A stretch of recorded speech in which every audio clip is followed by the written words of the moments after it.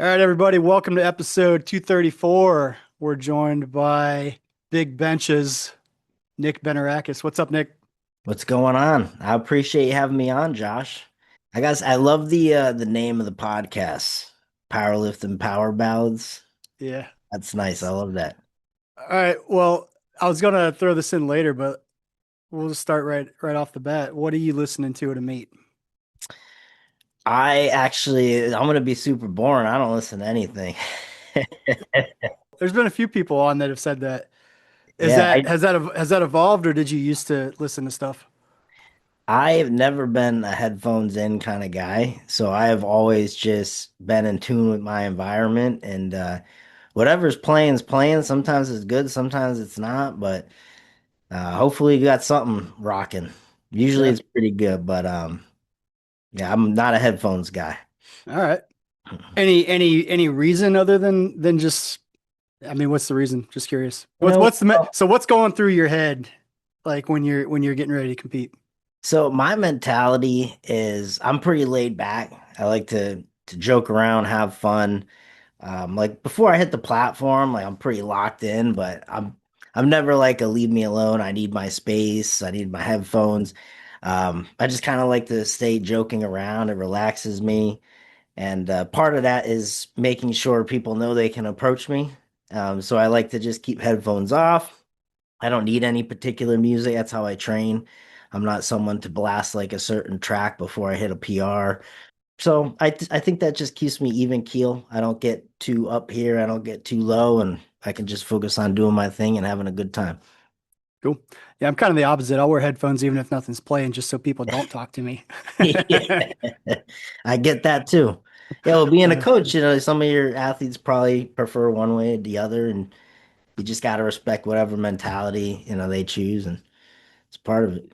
yeah, there's a heck of a contrasting spectrum there. Yeah, Bunch I've of seen people. I've seen both sides.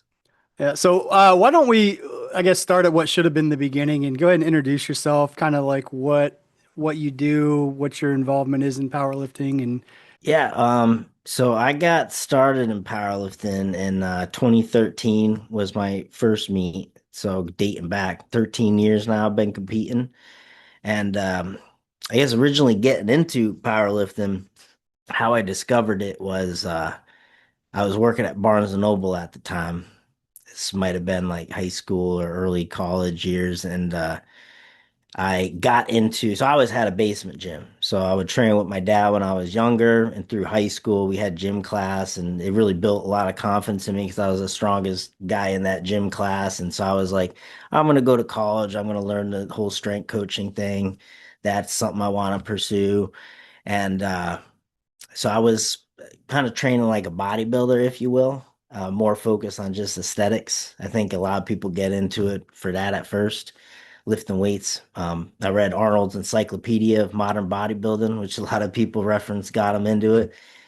And so I saw Powerlifting USA sitting there on the shelves. So I picked up a copy of that, started looking through that, and I was like, this is pretty cool, but I have no clue, how to get started doing meets. I don't even know where they have them, where I can find one. So I ended up doing some kind of Google search because, the internet was still around back then.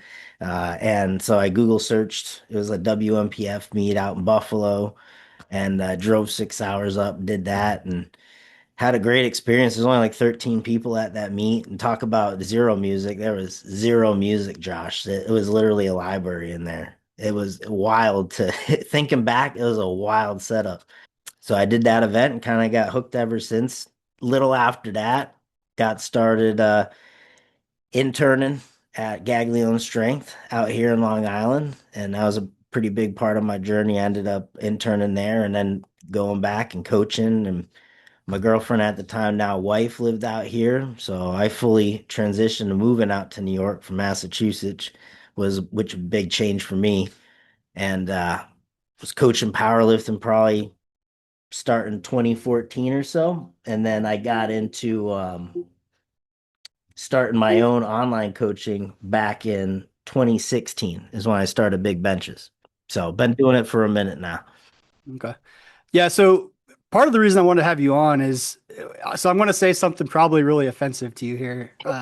But so I started seeing some of your, and I'm not a big social media guy, but I started seeing some of your social media stuff back, I don't know, maybe back in 2016, 17, where you're doing the big benches or whatever, Me hitting your too, chest. man. And I'm like, dude, this is not it. So I turned it off and never watched it.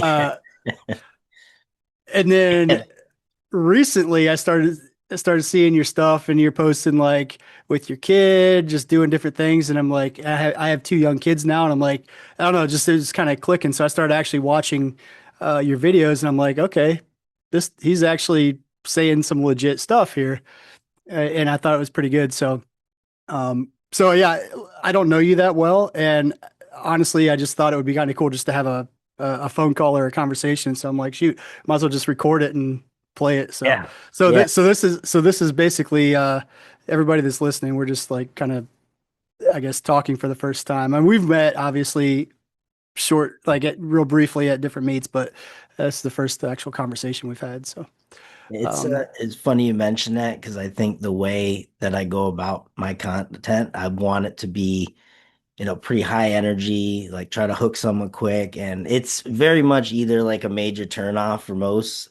or just something that people want to dig into more. So I yeah, just try to come off authentic and um, that happens a lot, especially my content style, it being very hooky.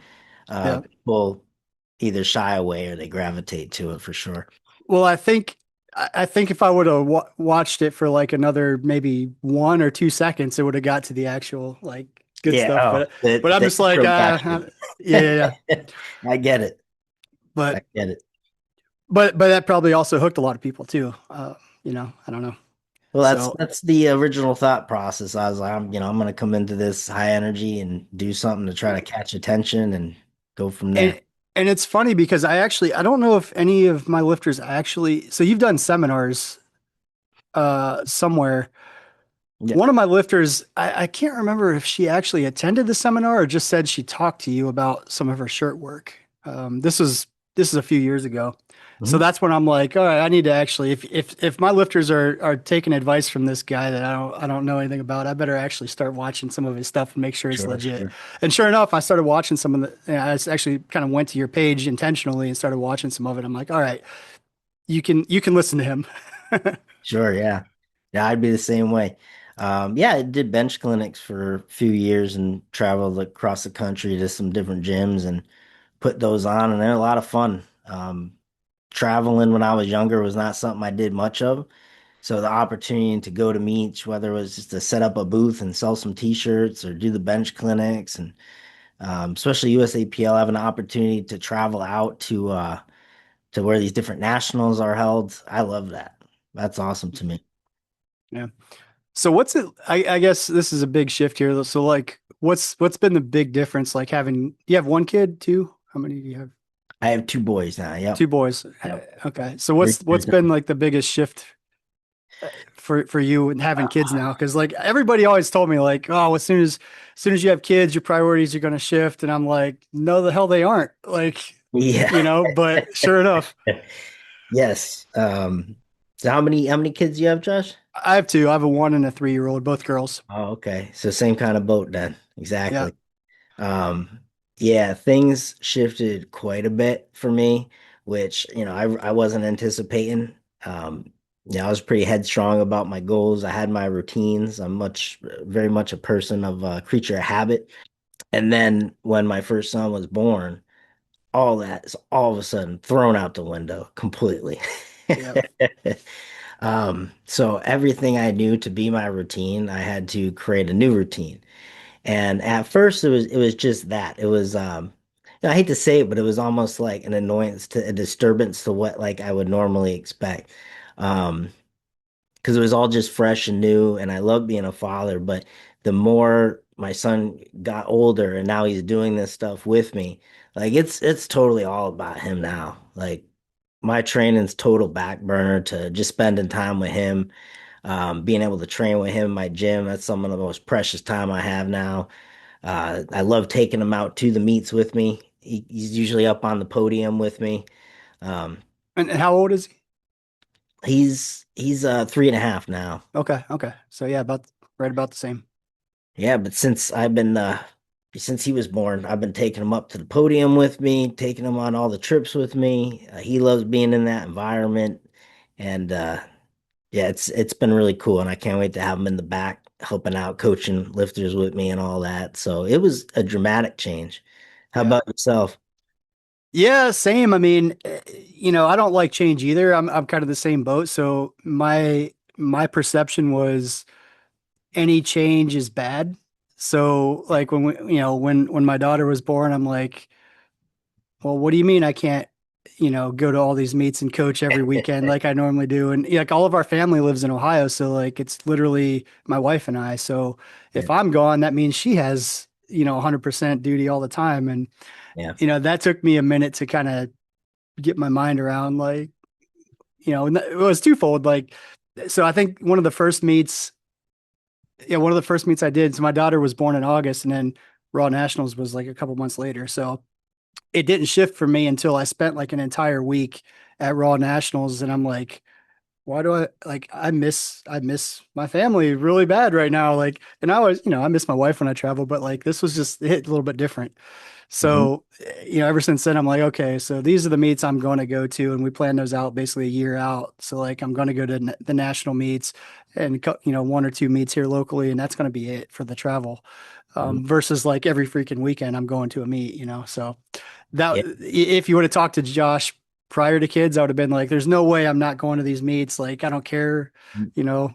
But yeah, it just changes because, I never, well, one, I don't know if I should say this or not, but I never wanted to get married and I never wanted to have kids. But then, things change and, it's been the best thing that's ever happened to me. So never thought I would say that. But it's true. So it's pretty amazing.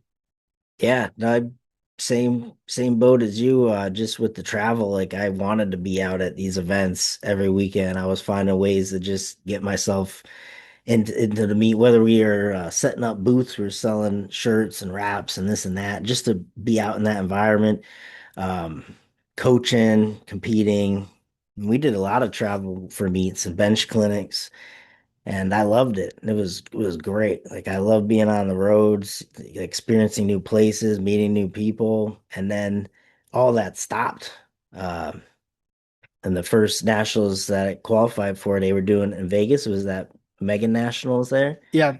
and that was like right around where my son was being born. So it was I was ecstatic for him being born. It was like that double-edged sword. I missed out on that event. I was really hoping to go to that, but um, that was a great time, him being born, and then it grows from there.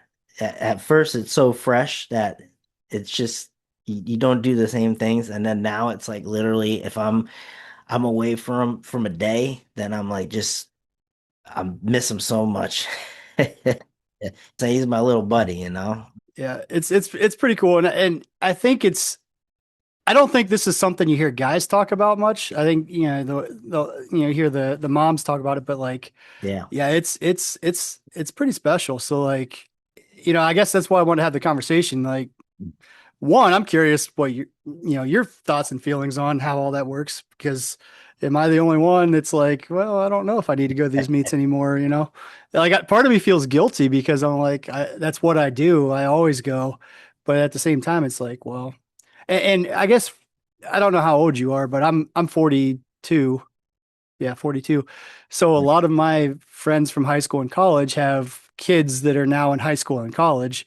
So they've kind of already had the experience. And, the thing they keep telling me is don't miss out on them growing up. Like that's going to Yeah. be your biggest regret. Like spend time with them now because they're going to grow up. And, I think that's been kind of a blessing in some ways because not that I've learned from their mistakes per se, but like I see like, these rough, tough guys that I grew up with, like, hey man, don't miss growing up with your kids. So, that's kind of the thing that always stuck with me.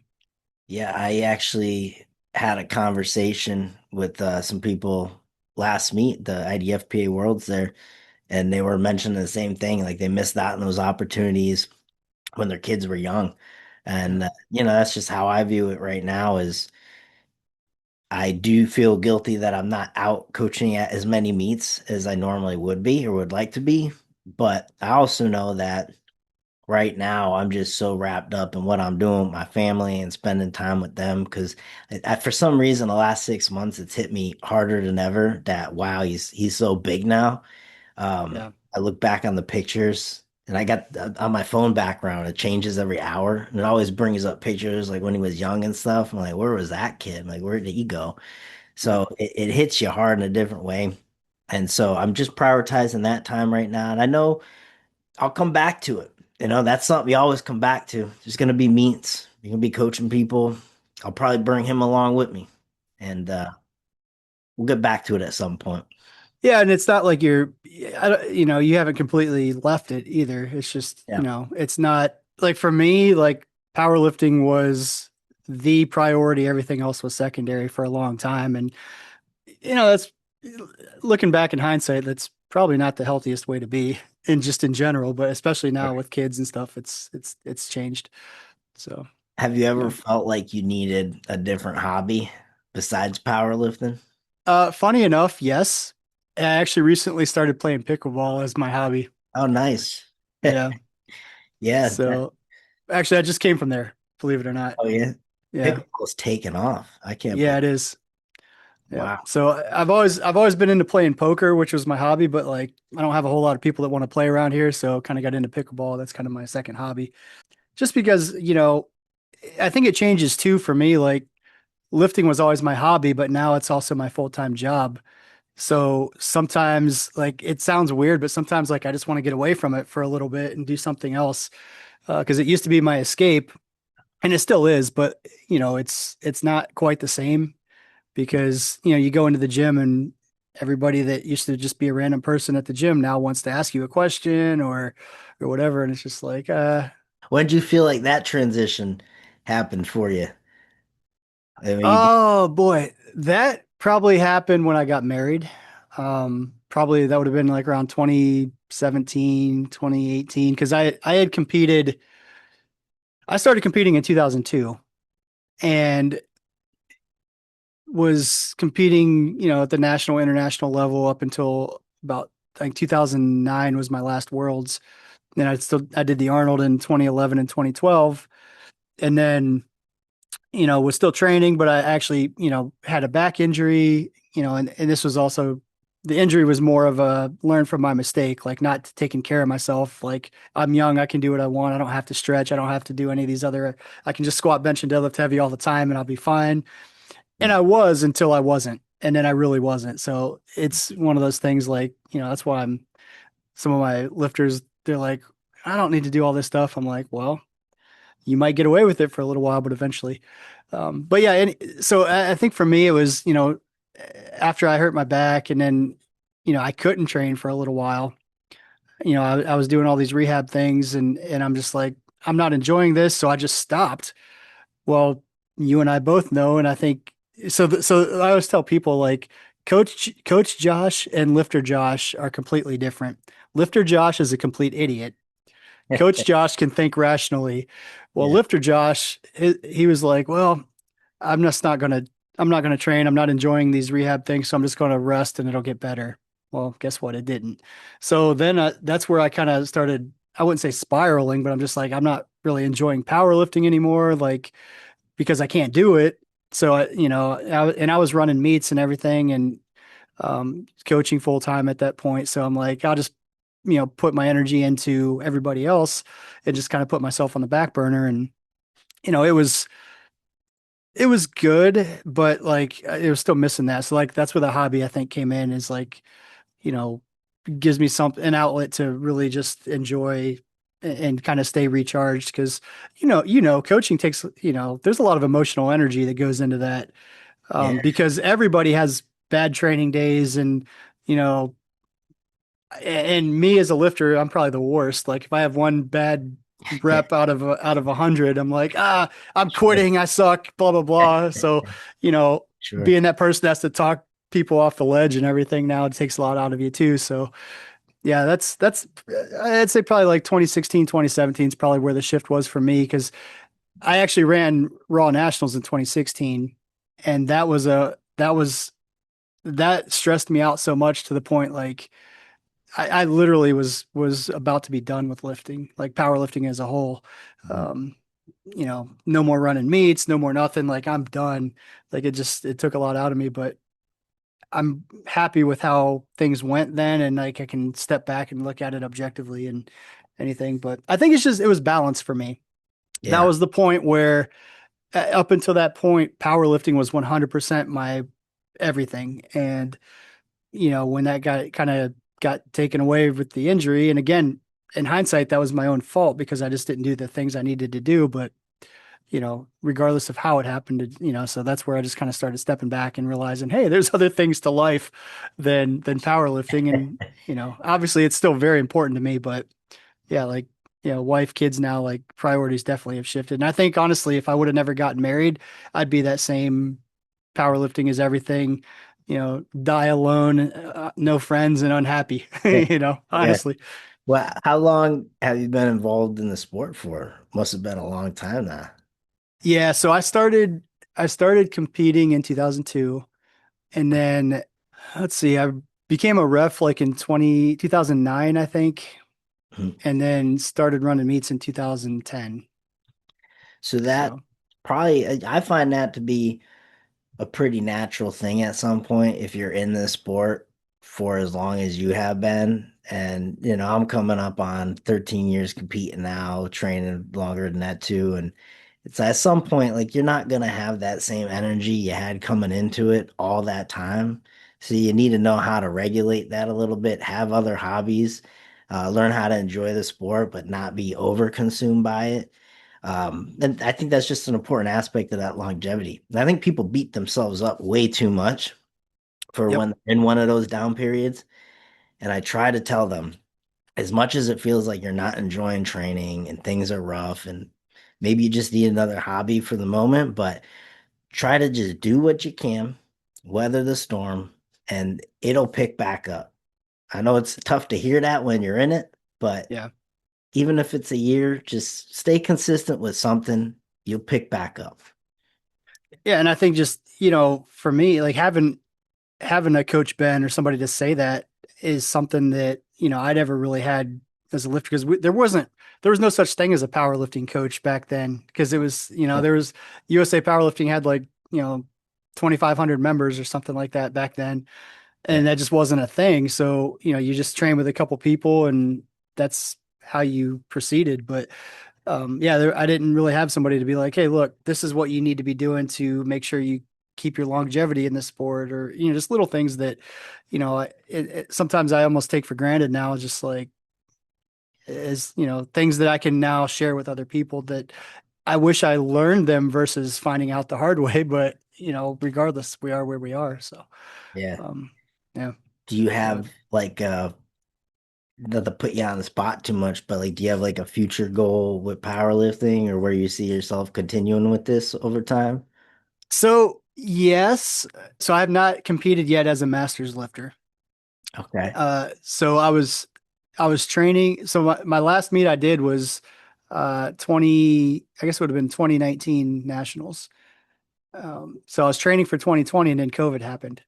So that's that kind of, I mean, it derailed a lot of people, but I was running 10 meets a year at that point, and that's kind of where I stepped back from meet directing. And so my goal, to answer your question, is I would like to compete as a masters lifter sooner than later. That just requires, there's still, so, full disclosure, like I'm working out, but I'm not really training. I Sure. still really haven't done everything I need to make my back fully healthy again. Like, it's one of those things like I know that I'm probably going to develop heart disease if I eat McDonald's every meal every day, but that still requires me to not do that, right? Or so sometimes knowing is half the battle, but you still have to do. And I'm at that point where I just got to get back. So the pickleball's helped. I've been going and doing like some of my rehab stuff on my back and then playing pickleball. So I'm kind of lumping it together. So there's the part I don't want to do with the part I do want to do.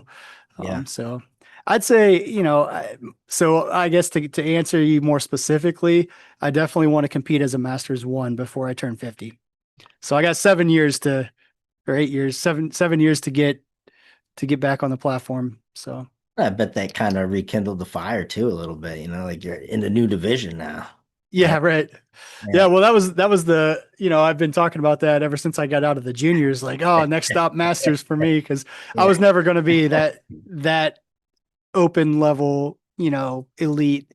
Uh, I was above average, but I was never going to be that elite open lifter, and that's just that is what it is.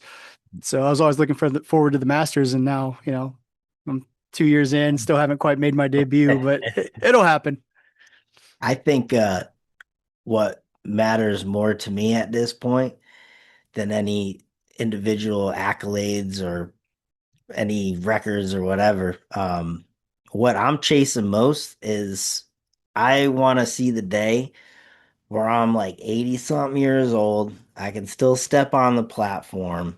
I have my son there with me, potentially his son or kids, and we're all doing it together on the platform. I think that would be so cool to have that longevity to Yep. still be doing it. Um, and I know that's a super long road, but that excites me probably more than anything else. Well, and even if you look at that and say like that is the end goal, that kind of changes how you treat training right now too, because you're not gonna be quite as stupid and put all your eggs into the basket of getting ready for this one meet, even if you got a little tweak here and there, you're gonna be a little bit smarter. And crazy, right? Now all of a sudden you're getting stronger faster because you're not sitting injured doing rehab stuff for months at a time. So that they to me they go hand in hand. It's just it's so hard to see outside of that right now that sometimes you make stupid decisions. I think it brings you down to earth a little too, so you don't get as emotional about those days that go wrong. Um, I think it was like a couple weeks ago, I had a really bad training session, and someone asked me if I cared or if I was upset or something, and I was like, "Nah, I was just joking. I put it off." And I really don't. At this point, I can honestly say that when I have a bad session, I just chalk it up to a bad session. Yeah. Because you've probably been in that boat where a lot of training goes wrong, and then you have an amazing meet. So Right. you never know till you're on the platform. So I don't put too much stock into whether I had a crazy great day or a poor day. It's just training at the end of the day to me. So I get it from the lifter side. Like I was the worst. I was probably the biggest diva, like head case ever. So thank you to all my coaches that put up with me. But like what I tell my lifters now, like, just hypothetically, let's say your squat max is 100 pounds. Well, you hit, 95 pounds for a pretty easy double last week. Well, this week you struggled warming up with 90 pounds. So like, oh man, my squat's 90 now. I suck. Well, what happens if we just didn't train that day at all? Your mentality would still be that your squat is 100, right? So just because you had a bad session, like the bad session that you did is still better than not doing anything at all. So what changes? Why does that change how you think about where your strength is? And realistically, why does that even matter right now? Like Mhm. so that's what I try to just, try to reshape how people are thinking about stuff now. Because if they literally didn't show up for that session, they wouldn't have no doubts that they're strong, right? Yeah. Yeah. No, things can unravel quick. I think the most undertrained thing we do as powerlifters is strengthening the mind because I Yep. believe that is so key. I don't think that gets stated enough. That is so key. How you hold your mindset and approach that, that will make or break you on the platform. Yep. 100%. Yep. 100%. There's a lot that I do in terms of just that point you make there, getting emotional, especially leading up to the meet. So, what I like to do is, I think this will just help whoever's listening to it. Those, because everyone's taking videos of their training nowadays. You probably have those videos of those sessions that went really, really well. That you were so proud to post and were excited about, and you had this emotional response, like I'm gonna crush this meet. And when the meet comes up, no matter how training went leading up, I always try to, the night before the meet, open up those videos, put them in a separate album, and just visualize how the meet's going to go and watch those videos back. And that's the time I'll plug in the headphones and I'll listen to music and I'll watch these videos back. And I'll remind myself of, is I'm still that lifter I was just a few weeks back, a couple months ago. I still hit this awesome lift. There's no reason that things degraded so much recently that I can't do it again on the platform. Right. So that's been really helpful for me. Whenever you get emotional about maybe how the last few weeks of training went. I think that's a great idea, actually. I'm gonna borrow that. I won't say steal it, but I'm gonna steal it. I hope everyone does.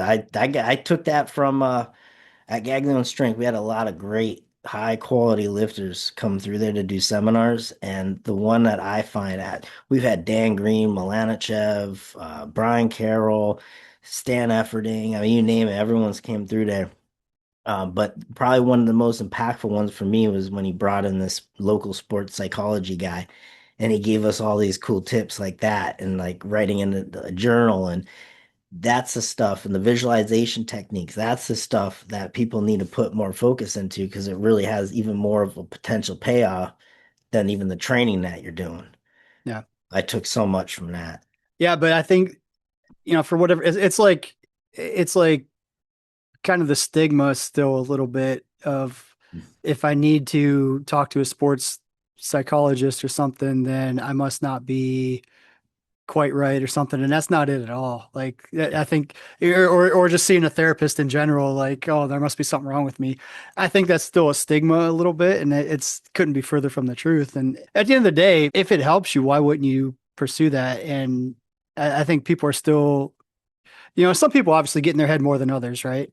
Mhm. But everybody, I agree, could benefit from doing some of that, like visualization and some of those techniques that, you know, they're available. And even, even if you're not going to work with somebody directly, like there's videos now you can find on YouTube, and, self things that you can work on. Like, so yeah, I agree. Those are things that it's not the end all be all, but it's definitely a piece of the puzzle. And adding that to your toolbox is definitely beneficial. Yeah, I cannot state that enough how impactful I think that can be. Um, it's not I think as a coach, you might agree, like we kind of play therapist at times, it feels like trying to regulate those emotions of our athletes, but Yeah. um I couldn't encourage people to seek out like that sports psychology help or cannot recommend that enough. 'Cause I just feel like that is such a huge piece of the puzzle. Being able to control those emotions through a long training cycle, multiple years of this. Uh, that's what's valuable. And training in the gym or coaching in the gym, we'd have new members come in, and I could tell who was in it for the long haul and who was going to be like 2, 3 years in and fizzle out just by how they conducted themselves with some of those missed opportunities. I was like, once things the going gets tough, they're going to struggle a bit unless they change things. Yeah, I'm usually pretty good at guessing that too. I have one guy. I guess I'll put him on the spot a little bit. So Chris Elmore, he was one of those that I thought wouldn't last like a week or two. And here's the reason: because his wife bought him a session with me as a birthday present. So I immediately think that this is maybe not exactly what he wants. Well, he came in and was like, you know, he's still training. Like this was, I don't know, 2010, something like that. So like he's been in it for the long haul, but it's kind of funny. Just like I always tell him that, like you were probably if I was betting, the first time I met anybody, like I would have bet that you would be the first one to quit just Yeah. because it wasn't even your idea to start it. But Yeah. Yeah. Sometimes they blow those expectations away and then just still with it. A lot of my training partners from when I started, um, I don't know what they're doing now, but they're certainly not powerlifting. I think getting beyond 10 plus years competing in the sport is a pretty impressive thing for a lot of people. Doing it even longer is even more impressive. yeah, and that's the beauty of the sport too. Like you can go 10 years, then just be like, I need a break, and then come back to it 10 years after that. Yeah. Not every sport you can do that. So I think that's part of what I like about it is like it's not going anywhere. Yeah. You could do it when you're 70, 80. Like Yeah. you're getting on the platform and you're challenging yourself. You know, I think a lot of people stop themselves from getting started because they feel like there's so much emphasis on competing with other people when I mean, powerlifting, you can really get whatever you want out of it. If you want to just go and challenge yourself and do the best you can do that. If you want to be competitive, you can do that. There's opportunities to do all different things. Yeah. Yeah, I don't know what kind of messages you get with new people, but it's very common that I'll have somebody that's like 36 email me and say, "Hey, I'm kind of old to get started. Do you think it's worth pursuing?" And I'm like, 36? Like, you're a baby. Yeah. Yeah. No, even in the 40s, 50s, I'll get a lot of athletes message me 40, 50s. And maybe they haven't been doing it, they're coming off a break, like you said. And I remind them like you're probably in your prime when you're in your 40s. Yeah. Because you have to accumulate so much practice in lifting. Especially drug-free lifters. I really think they pretty much, 40s and 50s, I think even are kind of where people Yeah. kind of hit their peak. That's the sweet spot. Yeah. You have to accumulate just so much of the perfect rep over and over and over to really get truly proficient at it. I forget the Bruce Lee quote. I would butcher it, but it's like you have to practice 1,000 kicks one way or a kick 1,000. I don't know. Yeah, so I know what you're saying. It's something like that. Yeah. Yeah. Yeah, it's true because like even people that start in their 40s that have never touched a weight in their life, well, they're still training age zero. So just because they're 40, like they still get drastically stronger, in their mid 40s to 50s then because they've just never had the training. Sometimes like, people that start in high school or even college, if they were not training smart back then, like myself even, like they start carrying these, issues that need addressed and they kind of stall out when they get to their 40s where if they were training smarter or sometimes people think of starting later in life like 40 50s as a big disadvantage. I think it's a huge advantage because you haven't been doing it wrong for so long. You can Yeah. start fresh and do things correctly and I just think people don't see that always either. That's a really great point because it is so hard to take someone who has ingrained a bad habit for 10, 15 years and get them out of that Yeah. versus someone you can have a clean slate. They can move exactly how you want them to move because they don't have that prior bad habit ingrained so much.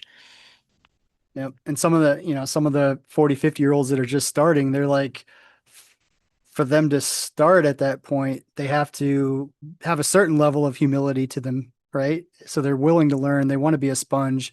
And it's crazy, like how strong they get and how fast they get strong sometimes. So it's pretty cool. So yeah, I don't know how it happens, but we actually have a majority of masters lifters on our team. I don't Yeah, know if it's same just because here. I'm an old soul and people are I don't know identify with me, but that just seems to be what our majority of our lifters are, and I love it. It's fun. Yeah, no, same here. And I think part of that too is I don't want to classify everyone, but I feel like younger lifters just have to go through it themselves a little bit more and they're not as receiving to the coaching. Yeah, Um, and then they see the value in it more later on. yeah. To your point, I think some of that is I knew everything when I was in high school, Yeah. you know, Yeah. and I think it's very hard to and I got away with a lot of stupid stuff too because I was young. So like it's hard to convince younger people like you said the value because like well if you keep doing this you're going to hurt yourself. Well, I've been doing it and I haven't hurt myself. So you're wrong. Like is kind of their thought process and it's like man if only like you have so much potential if only you could just not Mhm. be stupid, you know. Yeah. I agree entirely with that. I think Yeah. that's part of it though. Yeah.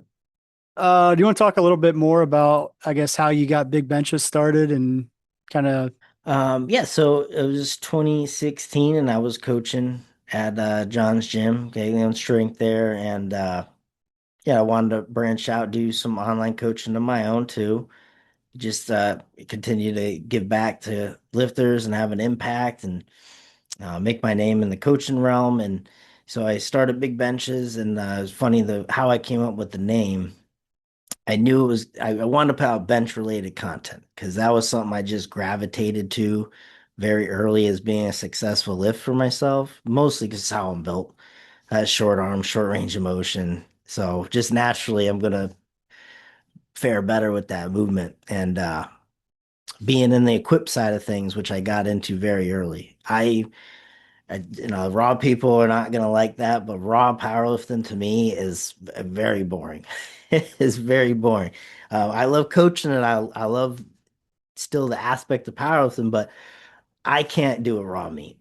I have no ambition to do a raw meet whatsoever. It is the boringest thing to me. If I've tried to do a few raw meets here and there past years, I can't do it. I just can't do it.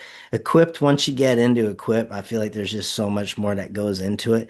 And I don't care if raw lifters in large majority think, don't understand it. I know it's very niche and that's okay. It doesn't need to be everyone's doing equip. But once you get into it and you love it and there's so much more to it, intricate details, you can't get away from it. So my whole career has been that, and I wanted to share that side of things. And so big benches, I knew big benchers. I'm never gonna get that domain name. So I was like, I gotta do something different, but I wanted to be on that theme. So being from Massachusetts, coming out to New York, everyone would make fun of how I said coffee. And I'm more of that Boston style accent. So I was like, I'm just gonna do big benches, kind of like a Boston accent play. And so that domain name was available. So I took that and made a Facebook page, and I didn't know what I was doing at the time, just trying to put out helpful stuff that's helped me and what I was coaching other people on. And I didn't know anything about posting content, but just doing it regularly over and over and over. I've invested heavily in the business coaching side of things because that's really important just in the whole online coaching perspective and running a business, and the content side of things to actually continue to have that brand awareness and reach more people. So I put a lot of time and money into learning that. And that's just kind of evolved over the years. Um, but that was the beginnings. It was me sitting down in the room, coming up with the name, and then just trying to share my thoughts on equip benching mostly. It's cool. So, how many lifters ballpark do you work with? I guess, are you the only coach? Do you have other coaches? Like, I'm just curious about. I have other coaches. We have three assistant coaches that work under me now, and we'll work with we have 60 or so lifters typically that we'll work with. Different types of coaching plans and options. But yeah, we have a few assistant coaches. I have people that help me in terms of the community aspect. So what we do in terms of our team community, we base on Facebook. So we have a lot of interaction in there. We'll post up a lot of additional like coaching videos and informational stuff. We'll do Zoom calls as a team, that type of thing. So I have some people that help me in the back end with some of that stuff as well, some help with the content side of things. But for the most part, I'm doing a lot. I'm wearing a lot of different hats, so I'm always looking to try to expand out from there. And that's where it's different being just a coach versus having a coaching business. Yep. And that's the big thing. And that's a transition that I've had to start making over time is I still have lifters that I'll work with one on one, and I've guided them through a few years now. And I love that. And I don't want to lose that. So I still have that aspect. But a lot of what I do now and what I really enjoy is coaching our coaches and helping them thrive as coaches, and then being able to give younger lifters and people who have been through our system. All our coaches have been through our system. I've worked with them for a numerous amount of time, and um, seeing them really find enjoyment in coaching and find success with lifters, and kind of pass on like what I wish I had early on too. And I had great mentors like John, took away a ton from how he ran his coaching business. And that's kind of really the hat that I look to wear now is more of that coaching business CEO, train my coaches, still involved in the coaching process, but be able to branch out, impact more people that way. Because you can only work with so many people yourself. Yeah. So, I'm going to mention this. We can get into it a little bit or not, but so there was a memo sent to all the state chairs. This is drastically shifting gears here. There's a memo sent to all the state chairs last week that USA Powerlifting is changing its drug testing laboratory and everything. So essentially, the Cliff Notes version is they're no longer going to be doing 10% testing at the local level, but it's going to probably be closer to like 5%. What are your initial thoughts on that? I think overall, it's probably wise to do majority of testing at a local level. If you're trying to catch people skating around it, that's probably the opportunity to do so. I think it just makes more sense to me to do more local level testing than like a national event or something of that nature. So I have lots of opinions here. I'm mostly just mentioning it just for people to understand that it's coming, I think, in May. Mhm. No, March 14th, I think this goes into effect. So what my initial thought was exactly what you said. And I guess for people that don't know, so there is at the local level, the testing was mostly just for like, testosterone, steroids, things like that. It didn't test for, the peptides and some of those other things that are, getting popular now. So they were a cheaper test, and that's what was being done at the local level. Then at the national level was, a full WADA panel that tested for everything. So it's kind of, in my mind, the best of both worlds. You're getting a broad net of tests at the local level, just trying to test a lot of people. Plus, 10% is a pretty good deterrent, right? There's a decent chance you're going to be tested if you do, a meet or two. But so I don't know how much of this I'm allowed to say, I guess. But so I sent Polly, the new USA Powerlifting president, a text that was probably not super nice, but I'm just like, basically, what the fuck, dude? Sure. Is what it is basically the initial sentiment. But he actually called me and kind of broke down why making the change. And basically, it came down to a lot of people were, I wouldn't say a lot. I'm not, he had, numbers and stuff like that, but people were passing at the local level and then failing at a national level. And that's kind of an inconsistency that's not really great, right? Um, so that does two things. That means that people were getting through to the national level that shouldn't have. Um, but it also means that, yes, we're catching people at the local level, but we're also missing a bunch that, might have been taking, peptides or whatever it is. So essentially, he kind of gave me the numbers, and I don't have it off the top of my head what all he said, but and there's going to be more information coming out. But basically, switching to this 5% and doing a full panel at every level is actually going to catch more people. So I don't like the optics of testing less, quote unquote, but the difference in efficiency of the test and the should be more than enough to make up that difference. So So assuming that actually is the case, then I'm for it. But so there was a different test between like a national level and a local level. So correct. the local Yep. level is just less efficient. So people were getting by that. Correct. Yep. So I agree with you. I mean, I guess the overall optics of it seems like you're testing less people, but if there's already shown people that maybe failing at the national level that pass at the local, then that makes a lot of sense to me.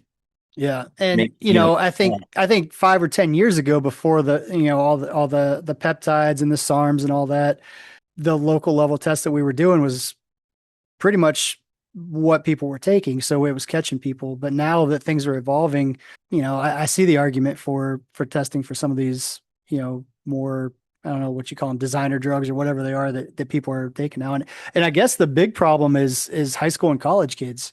The kids are taking this in high school because you can get it over the counter, some of these things. So they're just like, oh, I'm just going to take this stuff. Well, I think there's two parts to it. There's education, like we need to be proactive and making sure people are aware that you can't take these things, but also, you know, again, going back to mentality as a high school kid, like if I can get away with it, I might do it. I'm sure at a high school level, I remember being so ambitious to my goals that, I can totally see how that would be, the major issues, younger kids. I mean, if you can get something over the counter like that you pop on a test, then and I'm sure they're biting at the bits to try to get any kind of advantage if it works, or it's a different mindset when you're young. I just don't even know if some of the younger kids even understand, I guess, I'm just trying to think of me as a high school kid. Like I didn't really even understand the concept of being drug tested. Cause like people used to make jokes about that, like, oh, I wonder if they're testing at this meet. And I'm like, I don't even know what that means. But I wasn't taking anything, but I could have been and not knowing and failed a drug test and not even known. So I think that's part of it too, is like we need to be proactive and educating and hell putting out content like you said about the the pitfalls of what you put in your body you got to be responsible for. Yeah, no, 100%. I started getting into a sponsorship with Legion Supplements because I've been drug tested like 3 times in the past year. So it's important to me that I'm not taking these random, even like the crazy pre-workouts now. That, some of my team, they're showing the new freaking pre-workouts that they got out there. It's like Death Cat 1500. I don't know. It's like, what the hell's in here? It's like 500 milligrams of caffeine. But Legion, like everything is as written on a label, third party tested, and everything's linked to studies that are proven effective for it. So I think that's a very important side of it. If you get into a federation like USA Powerlifting, they make it very clear. I think they lead the way in terms of this is drug-free powerlifting. If you get involved with that side of the sport, you have to be, taking that into account. You have to be aware of what's going into your body. That's your Yeah, responsibility as an athlete. cool. Let's see. All right, so every episode we typically do a hypothetical powerlifting situation, and usually Laura asks it and I'll answer it, but I'm going to ask you. I kind of made this one a little bit more up your alley, I think. So the scenario is this, and we'll get your input. You're competing equipped at bench nationals. You miss your opener of 300 kilos because you couldn't touch. You Okay. repeat 300 for your second, but you get called for downward motion. You do have a backup shirt that's the same size, but it's a little bit more broken in. Mhm. Uh, and the other little aspect of the EPR is 305. So you're opening at 300, EPR is 305. Okay. All right. What do you do? You missed your first two. What do you do? Well, first of all, I gotta say, I love these scenario things. We could just play out scenarios the whole time, and it'll be awesome. Um, and what I also like too is there's no right or wrong. There's Right. it's just opinion based. I love that. So, in my opinion, and there's a lot more context we could potentially dig into. You can dig in as much as you want because I kind of Well, I left this open for a lot of digging. okay. Yeah. Well, first off, the opener probably shouldn't have been 300, but let's say that already took place. Now we're stuck in this position. Now we got one shot at 30 or 300 to get that. It's good that I think you said 300 is still on the bar, right? Correct. Okay. But So, but but it's bench national, so you theoretically can change your yeah. intent if you want. But yes, 300 is well, actually, so I guess it doesn't say. The assumption is that we just finished our second attempt. Okay. So what do we do? So I'll start by saying I will rarely ever coach someone to flop shirts. So even if it is a looser shirt, I much prefer the strategy of, we're gonna ride or die in this shirt and we're gonna prepare with this shirt because I've done it both ways where I've tried to open with looser shirts or people tried to gravitate back to using a looser shirt or switched mid-meet. And if anything, maybe it's looser, but then all of a sudden now the amount of weight you're handling now there's not enough support or it feels different and it shakes your confidence that we just flip-flop the shirt still needs you need a warm up or two to really get it to sit right. So I'd much rather coach stay in one shirt. So I would probably not gravitate to using that looser shirt. So I'll say that.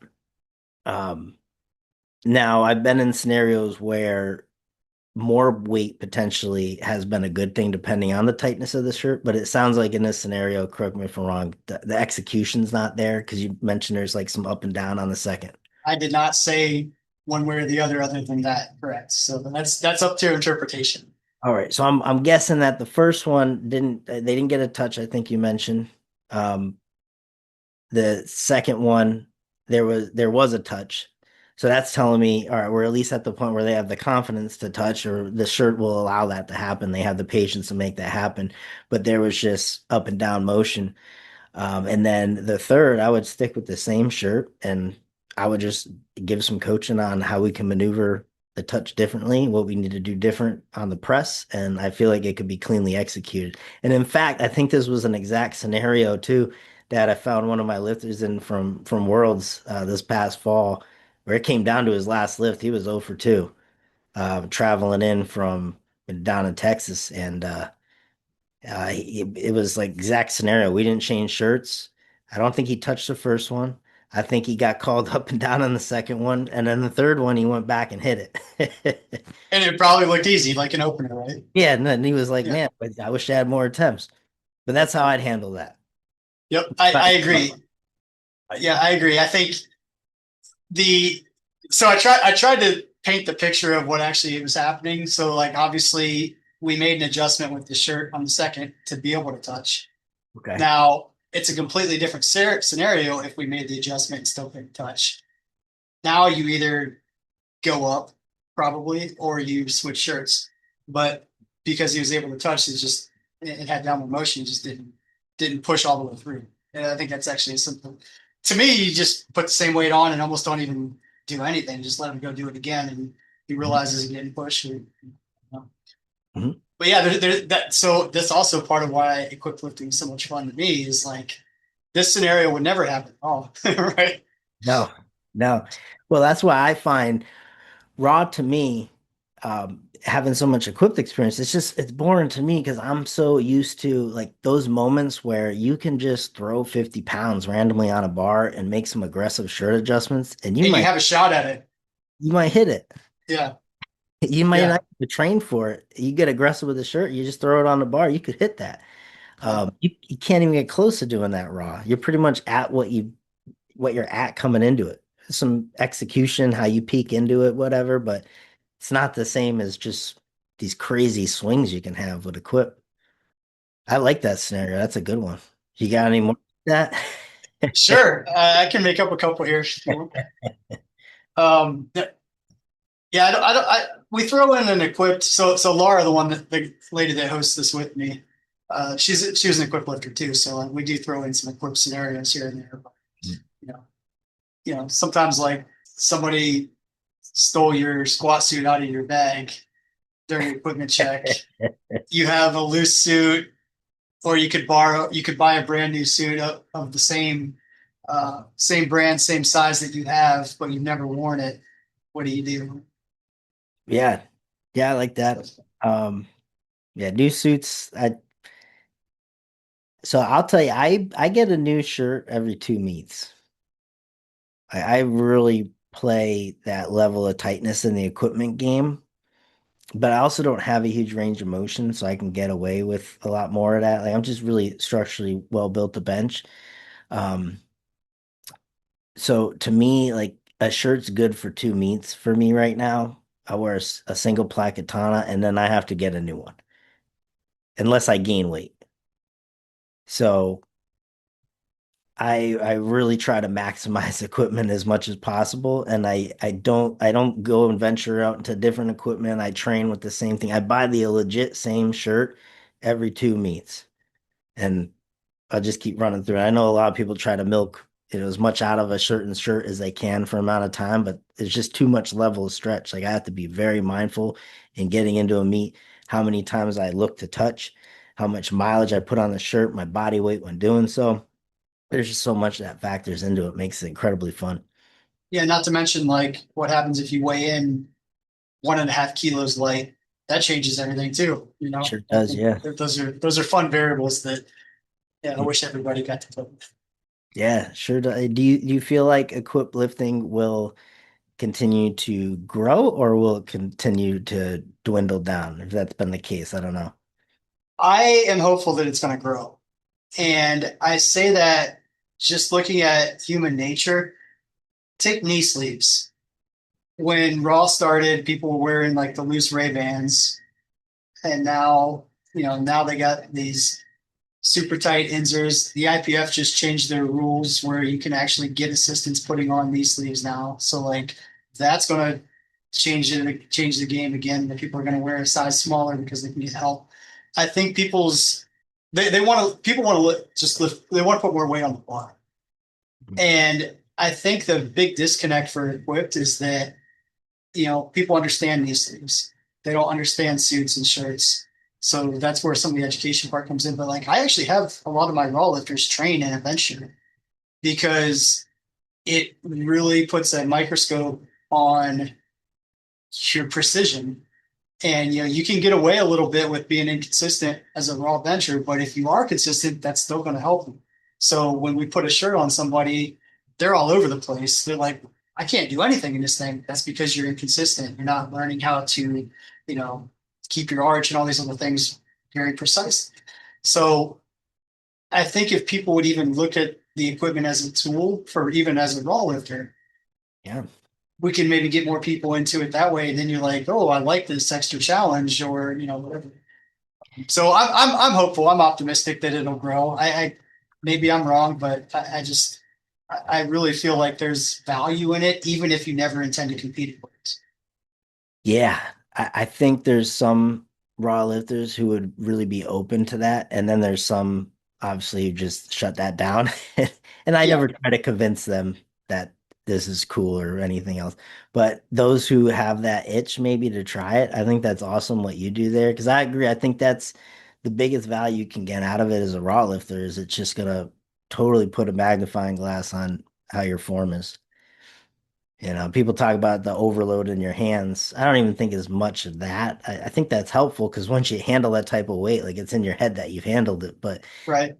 I think it's truly in how you're holding your form because that Yeah. shit wants to tarp you to the bench too. So you do have to fight against it. That's how you get the pop. So Because that's if you, cool. yeah, I mean, you let your chest dip a quarter inch, that changes everything with the bar path. And yeah, I think people can get. I mean, it seems so insignificant when you're lifting raw, but when you get to a near max, that's the difference between making and missing. And I think if people start experiencing that every single rep, so that it's make or miss, regardless of the percentage of your max, it starts really making you hyper focused on perfecting that. So Oh, 100%. I think the biggest barrier to getting people into it is always going to be having the help around. With so many people that train alone. I mean, that's still my biggest bottleneck is just making sure I have proper help around me. yeah. Yeah, That's it's definitely an extra challenge, and takes people. But Mike Teixeira actually did a video. Ooh, what year? This would have been like 2005, six, something like that, when he was still training equipped. Basically, it was how to put all your gear on by yourself. And he was getting in a tight bench shirt, and it took him a little while, but he was doing it. So I mean, it can be done, but it's definitely you don't want to use all your energy getting your equipment on before you actually train it. So, I'll even still put most of my equipment on myself. Like I use the bar as leverage and probably right around, I know that video you're referencing is right around the lines of that, but um, it comes down to the handoff. That's yeah, the tricky part.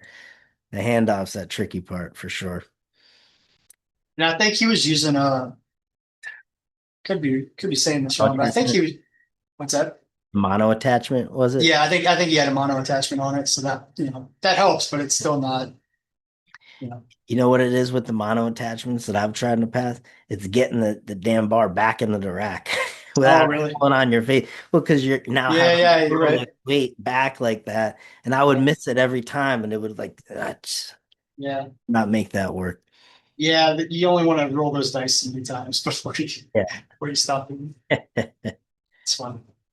Cool. So the other thing we do every week is kind of give a new lifter tip, and I guess I'll punt to you on that one if you want to something that you tell all your new lifters or something you found helpful that you want to kind of share with everybody. New lifter tip. All right. I guess the most impactful thing that I can say that I always come back to, and this a lot of this pertains to bench exclusively. With bench, I don't think people put enough intent into maximizing the tension of their entire body or what goes into that. Because squat, you're forced to literal weight on your back, like you have to get tight. Deadlift, you could get away with so much because the bar's sitting on the floor. You're picking it up. Bench, you're lying down on a bench. Like it can be a lazy lift if you create a lazy lift out of it. And I just wish more people would realize that, like when you're driving back with your legs on the bench, yes, you're doing it, but you can probably do it harder. You could do it more. You're squeezing your back, yes, but you could probably do that more intently. And to bring 100% effort to 70% weight, I think there's so much value in approaching it that way. And that's where most lifters get in trouble is you're only bringing 60% effort to lift 60% weight. And if you can just tap into that extra and treat it like every lift, every warm up is max effort, I think that will get you so much further ahead when you train intently in that nature. So that would be my tip. So follow-up question, and I know, so I've seen some of your stuff, so I know you have answered. So somebody that hypothetically is like letting off with their legs a little bit at the bottom, letting the chest dip, like what would be a drill or something to do to fix that? I know it's easier to demo in a video, but Yeah, well, so I think there's a destructive way of doing that and then also a productive way.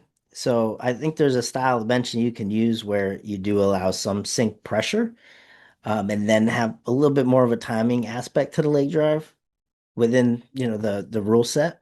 I think that's a productive way to bench. But if you start losing your positioning and you don't actually recapture that initial position you had, you just sink and lose.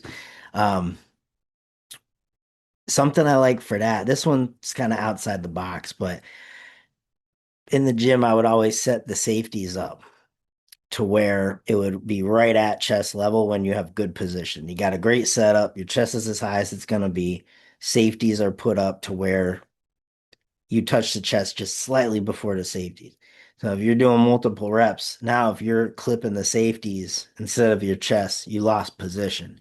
So I think that is really helpful in ingraining that, hey, I need to maintain my leg drive, I need to maintain that level of positioning. So that there's a little drill trick that and I it's instant feedback. instant, yeah, I like exactly. it. Mhm. Great. And what's your opinion about video and in the gym too? So nowadays with online coaching and everything, you need to do that in some respects. So like we don't know how to we can't coach the lift if we don't see it. We don't know how to change the program if we don't see how things are progressing. But I walk into the gym and nowadays it's crazy. There's literally 10 tripods set up across the gym. And I think it's such a valuable tool, but then I also see it being a very distracting thing too. So it's like a double-edged sword. You can't win. Um, as a coach, I tell my lifters what I really want to see from you is like top sets so we can analyze potentially when things break down. I want to see at least one of the back down sets so I can see how things move at submax weight, make sure the form we want to use is good. But we can leave it at that potentially. Just those things. You don't have to spend the whole time videoing every single thing you do because I don't want it to become distracting. And I feel like today's world too, we video everything. And I have to as a content creator, I film everything, but it's so annoying and I hate doing Yeah. it. What's your opinion on with all that? I'm if this is to the point of getting distracting, then I'm like, yeah. And I guess distracting is relative too. Like what distracts one person might distract another. But the part that pisses me off is people think the whole gym is centered around them. Yeah. So they're going to put their tripod right up against somebody else's bench so that they can film their set. Like that's not necessary. You can have maybe a different angle that's not maybe as great or not as optimal, but we can still see a lot of what we need to. And I think some of that is more of, I don't know if it's an ego thing where people just want to be the center of attention, so they want people to be notice that they're filming themselves. Like a lot of my lifters, like I tell my some of my lifters, like you got it when you're squatting, you have your regular shoe. You can stick your phone in your shoe and sit it on the floor, and there's your tripod, and nobody knows the difference. Like you don't have to create a spectacle to film your stuff. So Um, so I tell them kind of the same thing, like film your top sets for sure, but like it's not unrealistic for you to film everything. Just don't be obnoxious. Keep it off to the side. And, if somebody walks in front of your camera during a set, so what? If you filmed other sets, like big Yeah. deal, So that's I'm, kind of my thought. I'm just such an old school soul and that I feel like I should have been born errors before. It's just crazy to me how the world's changed and we have like you got the glasses that film things now. It's so wild. Yeah, it's nuts. So going back to the kids thing, like I thought those are pretty cool. But I realistically would probably never get it until my wife told me one of the doctors she works with had a pair, and I'm like, oh, those are kind of neat. I wouldn't mind trying them out, whatever. But they're not practical for I mean, they would be practical for some of the stuff we do, right? Like as we're coaching, we can kind of watch stuff. I didn't even think of it. But the part that pulled at my heartstrings was he goes, yeah, the only time he wears them is when he's playing with his kids. He's recording him playing with his kids. I'm like, all right, I want a pair. I want to get a pair for that Yeah. because you can capture what you saw while you were playing with your kids. Yeah, So I I didn't even piece that together till you mentioned that. That's so cool. yeah. So I have not bought any, but I may actually get a pair just for that reason. Yeah. Obviously, they have business purposes too, right? But they would Yeah. be because playing with kids. Yeah, that's so many crazy tools out there nowadays. There's such a different world. Um, I love it though. I think it's all helpful and AI is like ruling the world now. It's just Yeah, I just wish I was born in that era where there's not even internet because I just feel like that that would speak to me. yeah, I'm with you. I do not enjoy social media. I post a little bit here and there, but like I have not gone through the probably what I need to do like you did and actually learn how to do it and create content. Like I post random stuff here and there, but like there's no real strategy. Like there's no, so I feel like I'm the coach that hasn't fully developed the business side yet. It's kind of what you're saying earlier. That's probably me. And until I do, I'm going to be kind of just sitting where I'm at, I guess, and you know that's okay too, I guess. But um, Yeah, something I probably,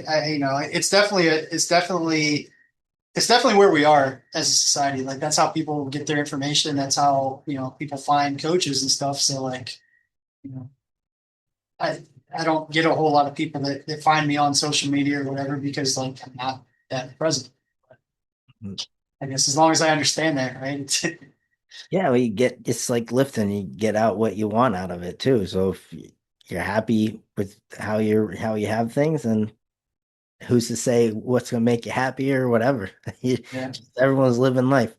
Yep. Um, but when you think you're gonna get your kids involved with what you do and Yeah, compete I'm someday? I do. I'm really trying to be conscious of not pushing them into it. I want them to do it because they want to do it. So, my older daughter, she comes down and she'll just do some body weight squats and some pull-ups and stuff like that occasionally. And part of me is like, all right, if we do pull-ups every day, you'll be. And I'm like, all right, pump the brakes here. Yeah, Like, let her just have fun with it right now. Yeah, mess with her technique a little bit, but I also don't want to be like, you need to do this, you need to do that. Like, it's got to be fun, especially at this age. Like, I don't want her to shut it off and be like, I'm not doing that because Dad made it enough. And I yeah, feel like again, coaching mistake. Like I feel like I've actually done that with some of my really good lifters in the past. Like pushed them so hard and got so nitpicky with every little detail that it became not fun. They didn't do it anymore. So, I definitely don't want to do that with my lifters, but I definitely don't want to do that with my kids. So trying to trying to just like let it happen naturally and like lean in when they lean in, but not like force them into it. yeah. I think the coolest thing that I experienced was when my son was like, "Dad, can we go to the gym? I want to do exercises." That's That's what- awesome. yeah, that was That's it for awesome. me. That was because then I know he wants to be in there. Because there's been times where he's like, "Nah, I don't want to go out there," so I don't force it upon him. But then when he wanted to be out there with me doing it, I think having the TV on helped, and I had the Netflix movie going. So that Yeah. helped bridge the gap a bit. But yeah, so it gives me a little outlet that I can do my training at least and do some of that stuff. And then he has to watch Sing on Netflix, and then he'll jump in between. Like he'll see what I'm doing and he'll want to jump in. So I take the weight off, let him jump in. So it gives him something to kind of entertain him in that dead period of time when I'm training or changing weights out and all that stuff. Yeah. Awesome. So are you gonna your son, you think, compete when he turns 8? Oh, yeah, you know, I'm counting it down. I'm counting. Well, right now it's just I want to start bringing him to meets with me. Like he's been to meets, but I want to be at the point where I know he'll be good. Like he's with me helping out, and that'll be exciting because I'll start taking him with me places and traveling more. And then once he's able to compete, I'm assuming he's just gonna want to do it just as a byproduct. You know, maybe I'm wrong, but I feel like he's gonna want to do it, and I'm gonna be investing a lot, my friend. Yeah. I'm out to all these meets. Oh, yeah. No, it's just a different world for me now with kids. It's pretty cool though. Yeah, I'm excited. I think my daughter wants to compete. Like she always says, like when I'm 4, I'll compete or something like that. I'm like, well, when you're 8, you can compete if you want to. Yeah, So yeah. she always has a different number. Like when I'm 32, I can compete. Like she just doesn't quite grasp the age yet. I don't think fully.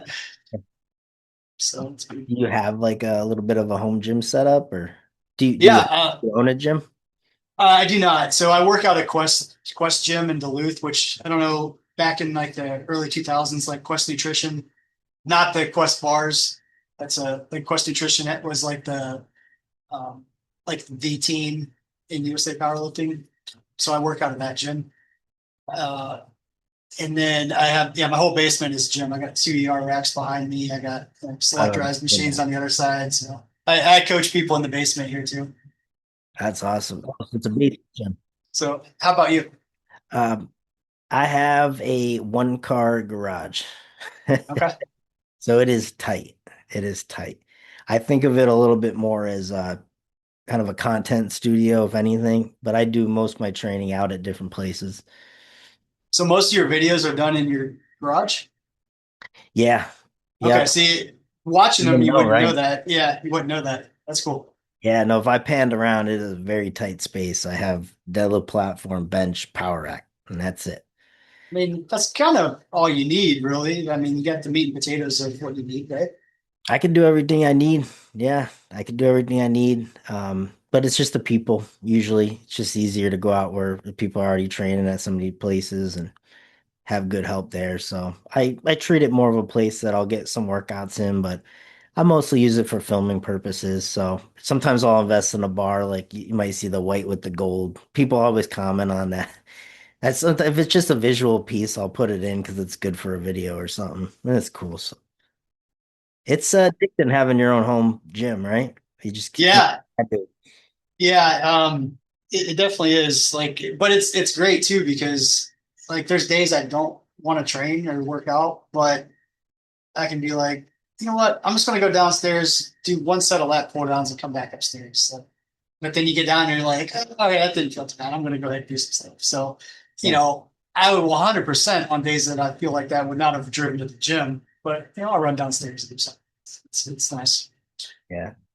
It's great to have, but it's also it's tough to disconnect from the day and then get yourself over there Yep. at times. Yeah, for Sometimes sure. I'll take a walk or I'll take a quick drive or something just to have that time where I'm listening to music or whatever and kind of compartmentalize the day. Yeah. Yeah, that's one thing for me too. Like, so my computer and everything is in the basement with the gym. So like I spend a lot of my time at the computer programming and things like that. And then I'll be coaching people here. So like I'm always in the basement. So sometimes like I just want to, yeah, get out and go for a walk or something like that. And then come back in like I'm at a different place Mm. and focus on a different task because it's very easy to just like walk back in intending to train and be like, oh, I do need to send this email. And then you sit down at the computer and it's like 2 hours later, I've missed my training window. So Yeah. sometimes it's just that quick walk out, walk around the block and come back. In Or, between sets gets you. yep. Yeah, it Huh. does. These are great problems, though. I mean, I wouldn't trade it, but it definitely can sneak up on you where the day gets away from you if you let it. Especially with kids, though. That's the best setup. Home gym setup. Everyone's comfortable at home. They don't have to go somewhere. That's the beauty of it. Really, I'm finding. Agreed. So, I guess we're going on about an hour and a half here. I guess we probably should run with it. But just for people that are listening, you mentioned bigbenches.com, but is that social media? Where can they find all these videos you've created? Yeah, the best place now where I'm most active is Instagram, just at Big Benches. My YouTube, just everything's Big Benches, pretty much. So yeah, Instagram I'm most active, so you'll see a lot of great tips you can pull out of there probably. All right, sounds good. Hey, this is a fun chat. Might have to have you back. Hey, anytime. I really appreciate Do you like it every couple of year check in how the kids' training is going? Yeah, I like that. You'll probably see him soon enough with me at the meets here. Yeah, sounds good. I'm excited. I want to bring my girls to the meets too, but my oldest one's a little bit of a wild child, so I'm not sure that I trust her just kind of not running off into places she shouldn't be yet. So, He'll be gone. yeah, I heard I was talking to Donovan Thompson, Jen Thompson's husband there, and he was saying they would bring their son when he was very little, and someone would be like out in the crowd holding them while they were up doing their thing in the platform. I thought that was awesome. yeah, that is cool. Yeah, Yeah. there's always that option, I guess. That's good. Hopefully you trust whoever's out there. Yeah, yeah. Just anybody want to watch her for a minute? No, that's cool. All right, cool, man. Hey, I appreciate you being on. This was really fun, and I think you said a lot of stuff that I think will help people too, and hopefully people will. We're not a super popular podcast, so we're not necessarily going to be directing a lot of people your way, but hopefully the people that do listen will go check out some of your stuff and maybe learn something new. I just enjoy the conversation. I really appreciate it. Yeah, no, I appreciate it. And you're talking with Dave Tate next week, right? Yeah, Yeah, yeah, let's that plug that. Let's plug that because if people have not listened to that podcast, Table Talk with Dave Tate is a pretty good one, and yeah. you're going to be on next week. Yeah, I got invited to come out there. I booked the time for Monday. So I don't know when it'll be out. I know I'm going there Monday. We're gonna do the thing, and that'll be cool. That my first credit card I ever had, I bought Elite FTS bands with. It's like a full circle type of thing. Yeah, that's cool. Yeah, Awesome, man. Well, hey, it was good talking to you. Definitely appreciate the conversation, and I'm sure that I'll be seeing you meet pretty soon. absolutely. Appreciate it, Josh. All right, have a good one. Too. Later. Thank you so much for listening. If you enjoyed today's episode of the Powerlifting and Power Ballads podcast, please remember to subscribe and share it with your friends.